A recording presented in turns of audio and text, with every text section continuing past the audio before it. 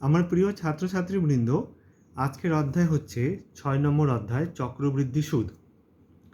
তো দেখো, চক্রবৃদ্ধির নতুন টার্ম নতুন শুনছো, ব্যাংকে গিয়ে শুনেছো কোনো দিন যে আমি চক্রবৃদ্ধি হারে সুদ পাই বা আমাকে চক্রবৃদ্ধি হারে সুদ দেবেন?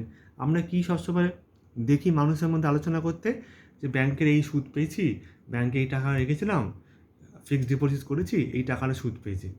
কিন্তু খুব কমই শুনতে পারি যে আমি ব্যাংকে চক্রবৃদ্ধি হারে সুদ পেয়েছি, তাই না? তো চক্রবৃদ্ধি হারে সুদ মানে কি? আমরা যে আগের চ্যাপ্টার করেছি সরল সুদ আর আজকের চক্রবৃদ্ধি সুদ, দুটোর মধ্যে অনেক পার্থক্য আছে। তো আগে এই পার্থক্যটা বুঝি আর চক্রবৃদ্ধি সুদ। আর দেখো, এখানে আরও একটা টার্ম লেখা আছে, সমূল চক্রবৃদ্ধি। তো চক্রবৃদ্ধি সুদ মানে কি আর সমূল চক্রবৃদ্ধি মানে কি, আগে সেটা আমরা বুঝি।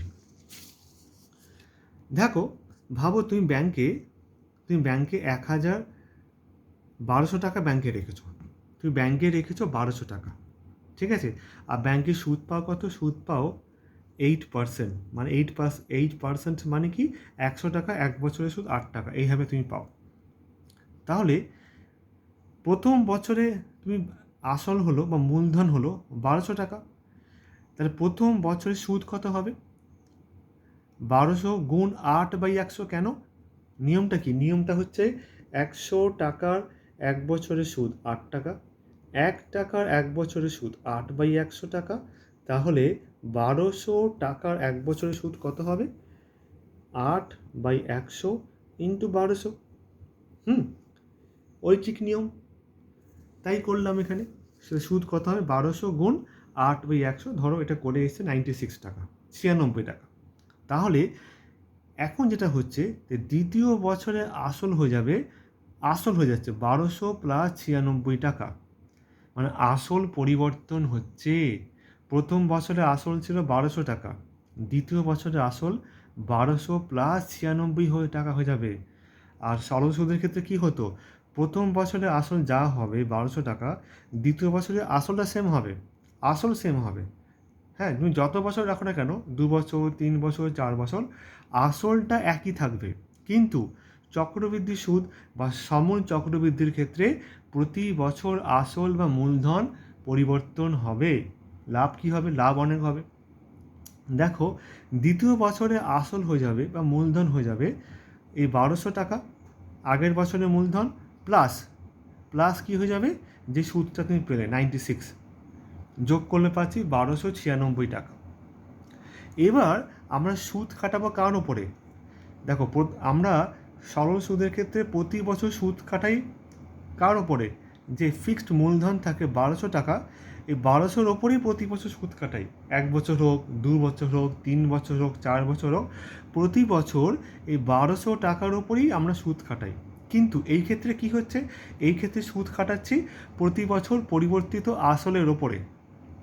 এখন আসল হয়েছে 1296 টাকা, তা 1296 টাকার ওপর এখন সুদ কাটাবো, ঠিক আছে? এতে আমার কী হবে? আমার লাভ হবে, আমার সুদটা বাড়বে। দেখো, প্রথম বছর সুদ ছিল পেলাম 96 টাকা, কিন্তু এইবার দেখো সুদ কত পাচ্ছি? 1296-এর উপর সুদ কাটাবো কত? 8%।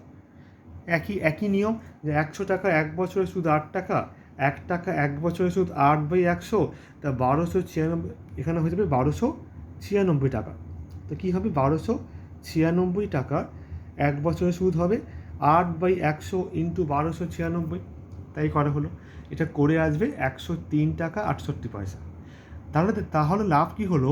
প্রথম বছরে যে সুদটা পেলাম, দ্বিতীয় বছরে সুদটা বেশি পাচ্ছি।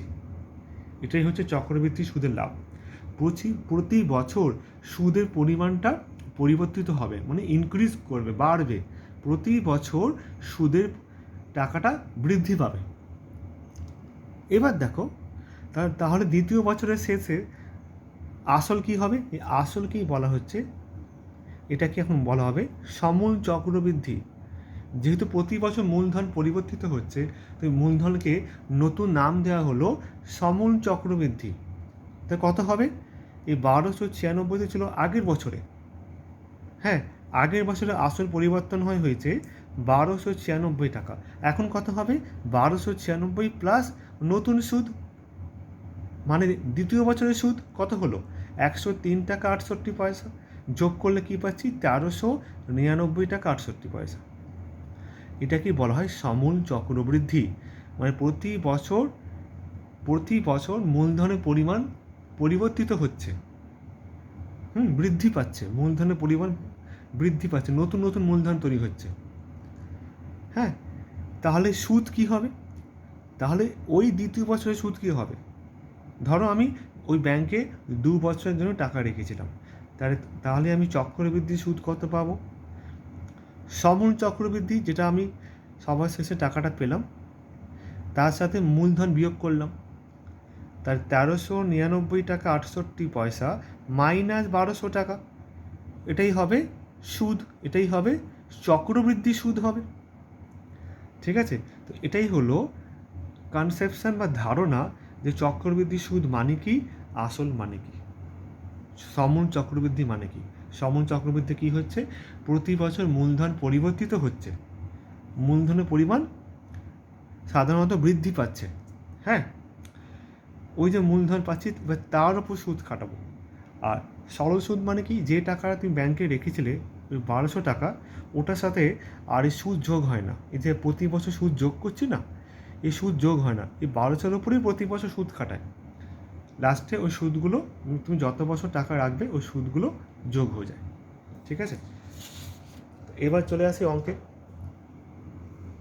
তো এবার ফর্মুলা আছে যে n বছরের সমূল চক্রবৃদ্ধি ফর্মুলা হলো p ইন্টু 1+r/100 nটা হচ্ছে সময় বা বছর, আর হচ্ছে শতকরা বার্ষিক চক্রবৃদ্ধি সুদের হার, আর p হচ্ছে মূলধন। এটা কী পেলাম? সমূল চক্রবৃদ্ধি। তাহলে চক্রবৃদ্ধি সুদ কত পাবো? সমূল চক্রবৃদ্ধি মাইনাস মূলধন। ওকে, তো 6.1-এর 17 নম্বর অঙ্কটা দেখো। বলছে কোনো মূলধনের 2 বছরের সরল সুদ ও চক্রবৃদ্ধি সুদ যথাক্রমে, দেখো সুদ দেখছো, সরল সুদ যে টাকাটা পাচ্ছি, চক্রবৃদ্ধি সুদ বেশি পাবো। এখান থেকে পরিষ্কার হচ্ছে যে চক্রবৃদ্ধি সুদে টাকাটা বেশি পাই। তো সরল সুদ বলেছে 8,400 টাকা এবং চক্রবৃদ্ধি সুদ বলেছে 8,652 টাকা। হলে মূলধন ও বার্ষিক সুদের হার কত হবে? মানে আমি কত টাকা রেখেছিলাম, মোট মূলধন যে টাকাটা প্রথমে রেখেছিলাম ব্যাংকে হোক পোস্ট অফিসে হোক, ওই মূলধন এবং বার্ষিক সুদের হার কত হবে। তো কি বললাম, যা চাইবে তাকে ধরতে হয়। ধরি মূলধনের পরিমাণ x টাকা আর বার্ষিক সুদের হার 8%। তো প্রথমে হেডিং দিলাম সরল সুদের ক্ষেত্রে আমরা জানি সূত্র I = P into R into T by 100। যেখানে আইটা কি, আইটা পাশে লিখতে পারো, আই হচ্ছে তোমার সুদ, পাশে লিখতে পারো আই হচ্ছে সুদ। পি হচ্ছে কি, পি হচ্ছে আসল বা মূলধন, এখানে কত x টাকা। আর হচ্ছে বার্ষিক সুদের আর, ওটাকে আর ধরেছি। আর টি মানে কি, টি মানে হলো সময়, টি মানে হলো সময়, এখানে সময় কত, 2 বছর। এর পি এর জায়গায় x লিখলাম, আর ধরেছি, টি এর জায়গায় 2, আর সুদ তো হচ্ছে 8,400 টাকা। কী করলাম আমি, দেখো 2কে 100 দিয়ে 100কে 2 দিয়ে ভাগ করলাম, কাটাকুটি করলাম, এই কাটাকুটি করো, 2 5 10 0, তো কত হলো x ইন্টু r/50 = 8,400। এটাকে 1 নম্বর দিয়ে বসতাম। এবার দেখো, এবার বলেছে চক্রবৃদ্ধি সুদ হলো 8,652 টাকা। দেখো কী করে করছি। তো আমরা জানি চক্রবৃদ্ধি সুদের ক্ষেত্রে সমূল চক্রবৃদ্ধি মানে p into 1+r/100 n। p মানে x ধরেছি, আরই আছে, আর n মানে 2 বছর। এটা হলো সমূল চক্রবৃদ্ধি। তাহলে চক্রবৃদ্ধি সুদ কত হবে? সমূল চক্রবৃদ্ধি মাইনাস মূলধন, সমূল চক্রবৃদ্ধি মাইনাস মূলধন। এবার সমূল চক্রবৃদ্ধি কত? x ইন্টু 1+r/100 আর মূলধন x ধরা হয়েছে। এবার x কমন নিচ্ছি, কী পাবো? 1+r/100 -1। তো প্রশ্ন অনুসারে এটা মানে 8,652 টাকা। কেন? এটাই হলো চক্রবৃদ্ধি সুদ, আর চক্রবৃদ্ধি সুদ তো বলা আছে প্রশ্নে 8,652 টাকা। হ্যাঁ, এবার এটাকে স্কোয়ারে ভেঙে দাও, a² + 2ab + b²। a 1² 1 হবে, 2 2 into 1 into R by 100 plus R square by 100 square minus 1 plus 1 minus 1 কেটে গেল। এখান থেকে পাচ্ছি আর বাই 50, এখান থেকে আর স্কোয়ার বাই 100 স্কোয়ার। আবার থেকে লিখলাম আর বাই 50 100 স্কোয়ার, মানে একের পর 4টে শূন্য বসলো। এবার দেখো এই দুটো টার্ম থেকে আর বাই 50 কমন নিলাম, আর বাই 50 কমন নিলে এটা 1 হয়ে গেল। এটা কত হবে? আর বাই 200। দেখো 50কে যদি গুণ করি 200 দিয়ে এই সংখ্যাটাই পাবো। এবার দেখো কি করছি, এক্স আর বাই 50 এর মান কত? এক্স আর বাই 50 এর মানটা 1 নম্বর থেকে বসাই। দেখো 1 নম্বরে এক্স আর বাই 50 মানে 8400, তো 8400 বসালাম। তাহলে 1 প্লাস আর বাই 200 হলো এখানে 8652 বাই 8400 টাকা। তাহলে 8 বাই 200 কত হবে? 8652 বাই 8400 মাইনাস 1। এবার আমরা কী করব? এবার আমরা করব লসাগু। এটা কত হবে? 8400, এখানে কত হবে? 8652 মাইনাস এটা কত হবে? 8400 টাকা। ঠিক আছে, 8400 টাকা। এবার মাইনাস করলে কী পাবি? এবার মাইনাস করে পাচ্ছিস, এই দুটো মাইনাস করলে 252 টাকা। এবার কী করলাম দেখ, এখান থেকে এই দুটো শূন্য কাটলো, এখান থেকে এই দুটো শূন্য কাটলো, 8 বাই 2 হয়ে গেল, 252 বাই 84 হয়ে গেল। তা আর কত হলো? 252 বাই 84 গুণ 2। ঠিক আছে, গুণ 2 হলো।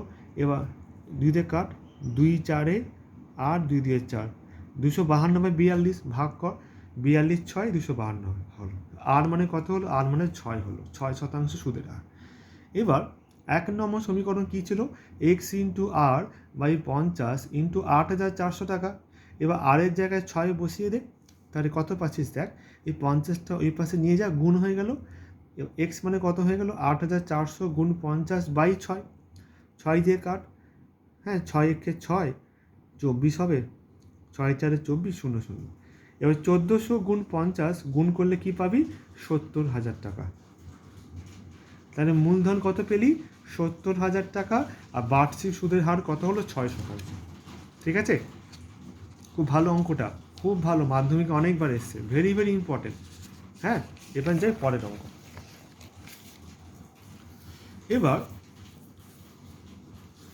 অনেক সময় কি হয়, ব্যাংকের সুদ 1 বছরের জন্য না খাটিয়ে 6 মাসের জন্য কাটে দাও, মানে আমার 6 মাস অন্তর সুদ চাই, এরকমও অনেক ব্যাংকে স্কিম থাকে।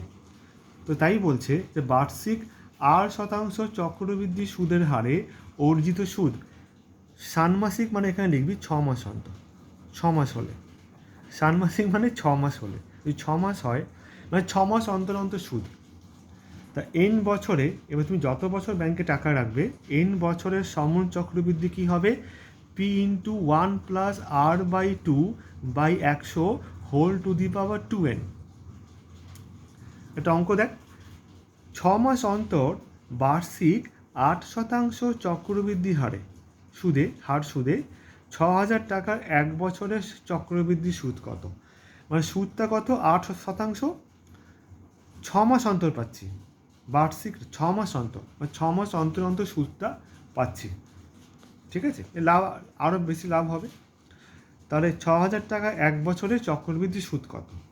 এখানে পি মানে আসল কত? 6,000 টাকা, আর হচ্ছে 8, এন হচ্ছে 1 বছর। তা আমরা জানি যে 6 মাস অন্তর 1 বছরের সমূল চক্রবৃদ্ধি সূত্র হচ্ছে P into 1 plus R by 2 by 100 whole to the power 2n টাকা। পি মানে 6,000, আর মানে 8 বাই 2 বাই 100, এন মানে 1 বসিয়ে দিলাম, এন মানে কত? এন মানে 1 হলো।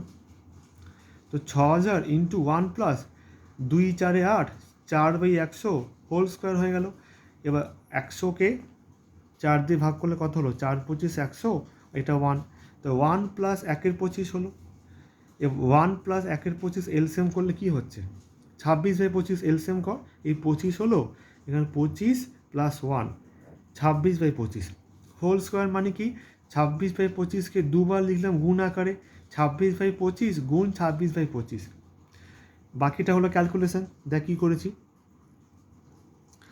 আগেটাকে 25তে ভাগ করেছি, 25তে ভাগ করলে হবে 25 6000কে 25 দিয়ে ভাগ করলে হচ্ছে 240, ঠিক আছে। এবার 5 দিয়ে ভাগ করছে, 25কে 5 দিয়ে ভাগ করলে 5, আর 240কে 5 দিয়ে ভাগ করলে 48। এবার একটা বড়সড় গুণ করতে হবে, হ্যাঁ। 48 গুণ 26 গুণ 26 গুণ করবি খাতায়, হ্যাঁ, খাতায় গুণ করে দেখবি এই সংখ্যাটা পাবি, 3 2 4 4 8, আর নিচে 5। এবার 5 দিয়ে ভাগ করে, ভাগটা করে দিয়েছি। 5 6 30, 2 আসলো 24, 5 4 20, 4 নামলো 44, 5 8 40, 4 নামলো 48, 5 9 45, 3 নামলো, 8 তো কোনো সংখ্যা নেই, দশমিক দিয়ে শূন্য দিলাম, 5 6 30, ঠিক আছে। তাহলে চক্রবৃদ্ধি সুদ কত পেলাম? এই সংখ্যাটা কী পেলাম? সমূল চক্রবৃদ্ধি, সমূল চক্রবৃদ্ধি। তাই চক্রবৃদ্ধি সুদ কত হবে? সমূল চক্রবৃদ্ধি মাইনাস মূলধন করে পাচ্ছি 489.60, এই টাকাটা হলো চক্রবৃদ্ধি সুদ। তো এটা আমরা কোন সূত্রে অ্যাপ্লাই করলাম? 6 মাস অন্তর, 6 মাস অন্তর সুদের হার 8% হলে n বছর পর সমূল চক্রবৃদ্ধি এত। খুবই ইম্পর্টেন্ট পরীক্ষার জন্য, এই অঙ্কটা খুবই মূল্যবান। পরের অঙ্ক দেখ, এবার কেউ বললো আমি ব্যাংকে 3 মাস অন্তর সুদ খাটাবো, 1 বছর না, 6 মাস না, 3 মাস হতেই পারে, হয়তো ব্যাংকে কোনো স্কিম থাকতেই পারে। তো বার্ষিক 8% চক্রবৃদ্ধি সুদের হারে অর্জিত সুদ 3 মাস অন্তর হলে, মানে 3 মাস অন্তর অন্তর সুদ খাটানো হচ্ছে, তাহলে n বছর পর সমূল চক্রবৃদ্ধি কী হবে? p × 1 + r/4/100 whole to the power 4n। এটা অঙ্ক দেখ, বলছে 3 মাস অন্তর বার্ষিক 10% চক্রবৃদ্ধি হার সুদে 6250 টাকার 9 মাসের চক্রবৃদ্ধি সুদ কত হবে? তো এখানে মূলধন কত?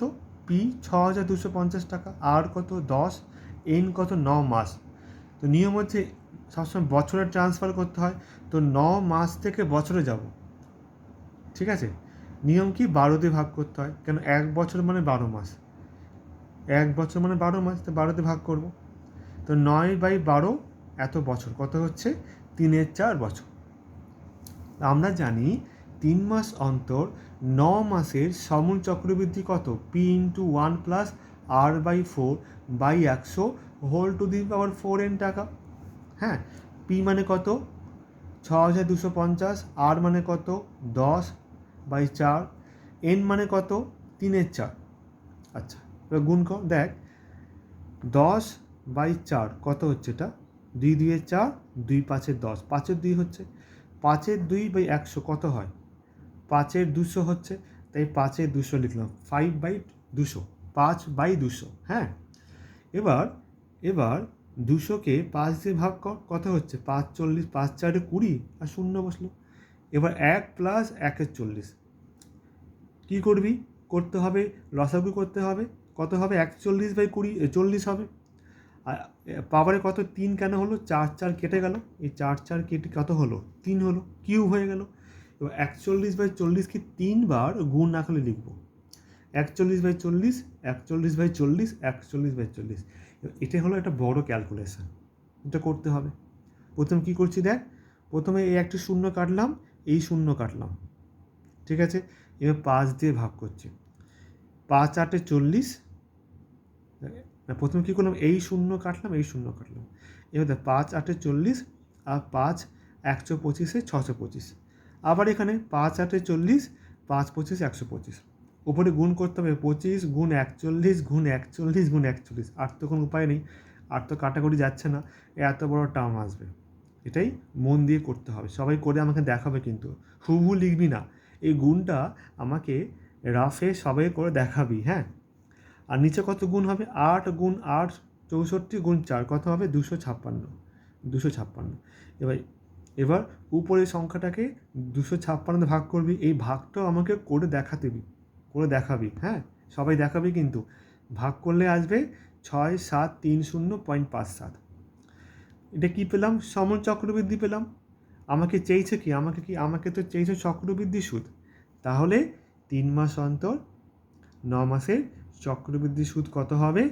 9 মাস কেটেছিল টাকা, যেহেতু 9 মাস টাকা কেটেছিল, তাহলে চক্রবৃদ্ধি সুদ কত হচ্ছে? সমূল চক্রবৃদ্ধি মাইনাস মূলধন, তো 6,730.57 মাইনাস 6,250 টাকা কত পাবি? 480.57 টাকা। এটা হলো নির্ণয় চক্রবৃদ্ধি সুদ। তো আজকে ক্লাসে কী শিখলাম? চক্রবৃদ্ধি সুদ মানে কি, সমূল চক্রবৃদ্ধি সুদ মানে কি, হ্যাঁ, বছরে পূর্ণ সংখ্যা বছরে n বছর পর সমূল চক্রবৃদ্ধি সুদের ফর্মুলা অঙ্ক, 6 মাস অন্তর সুদের হারে চক্রবৃদ্ধি সুদের কত হবে n বছর পর, 3 মাস অন্তর সুদের হারে চক্রবৃদ্ধি সুদ কত হবে বা সমূল চক্রবৃদ্ধি কত হবে, ওই সূত্র এবং অঙ্ক। এই 3টে অঙ্কই কিন্তু মাধ্যমিকের জন্য খুবই ইম্পর্টেন্ট। এই 3 ধরনের অঙ্কের মধ্যে একটা অঙ্ক পরীক্ষা থাকে। তো এই অঙ্কগুলো ভালো করে, এই 3টে অঙ্ক ভালো করে শিখতে পারলে হয়তো এখান থেকে একটা অঙ্ক কমন চলে আসবে বা এই ধরনের অঙ্ক চলে আসবে। তো ভালো করে অঙ্কগুলো কিন্তু প্র্যাকটিস করতে হবে। তো আজকে এত দূর থাকলো।